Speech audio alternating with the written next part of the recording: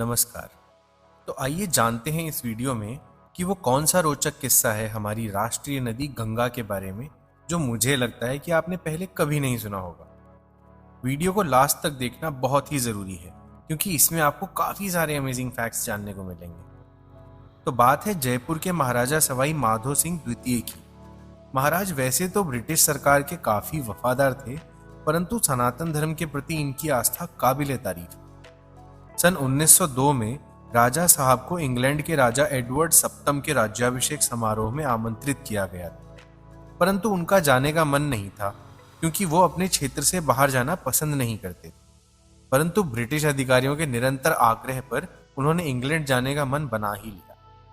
अपनी इस खास यात्रा के लिए उन्होंने कुछ खास तैयारियां भी करवाई थी। उन्होंने थॉमस कुक नाम की ट्रैवल एजेंसी से उस समय के 15 लाख रुपए देकर ओलंपिया नाम का एकदम नया जहाज प्राइवेट चार्टर किया तथा सबसे पहले उसे गंगा जल से धुलवाकर पवित्र करवाया, जिससे हमें दिखता है कि उन्हें गंगा जल की पवित्रता पर कितना विश्वास था। इसके अलावा किसी भी विदेशी को वे अपनी और अपने इष्ट देव की सेवा नहीं करने देते थे और अपने ही देशवासियों को यह मौका देते थे।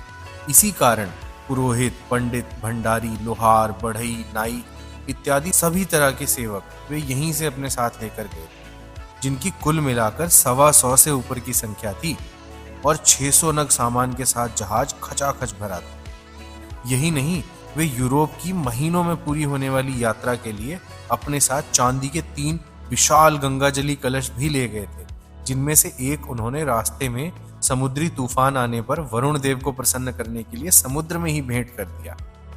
इतना जल साथ लेकर चलने का कारण था कि महाराज अपने भोजन, पूजन और पीने में केवल गंगा जल का ही प्रयोग करते थे और अपने इष्ट देव की पूजा के बिना वे अपने दिन की शुरुआत नहीं करते। यहाँ आपको यह जानकर बहुत ही हैरानी होगी कि सन 1894 में वह 3 कलश बनाने के लिए 14,000 चांदी की मोहरों को गलाया गया और इसमें पूरे 2 साल का समय लगा था। इनमें लगभग 4,000 लीटर गंगा जल आ सकता था और खाली कलश का वजन 200 से 300 किलो के बीच था।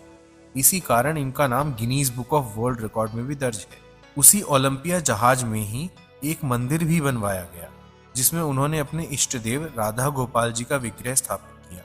कहते हैं कि गंगा जल का सेवन करने से उनकी रोग प्रतिरोधक क्षमता इतनी अच्छी थी कि रास्ते में सी सिकनेस से भी उन्हें कोई फर्क नहीं पड़ा। इसके अलावा बाकी सभी की तबीयत खराब हो गई थी।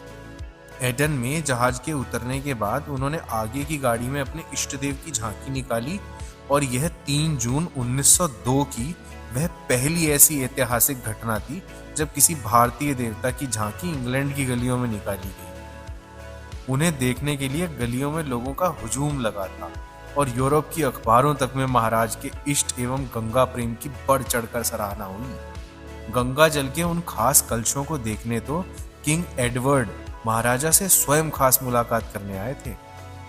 यह 2 कलश आज भी आपको जयपुर के सिटी पैलेस में देखने को मिल जाएंगे। इसके अलावा महाराज हर साल कम से कम 1 माह हरिद्वार में ही गंगा किनारे बिताते थे।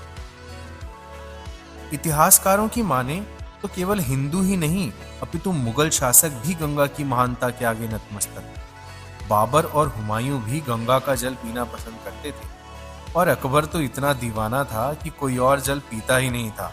आगरा या फतेहपुर में निवास के समय अकबर के लिए यूपी के सोरेन से गंगा जल आता रहा और लाहौर में जब राजधानी बनाई उस समय हरिद्वार से गंगा जल जाता रहा। यह सब डॉक्टर रामनाथ ने अपनी किताब प्राइवेट लाइव्स ऑफ मुगल्स में लिखा है।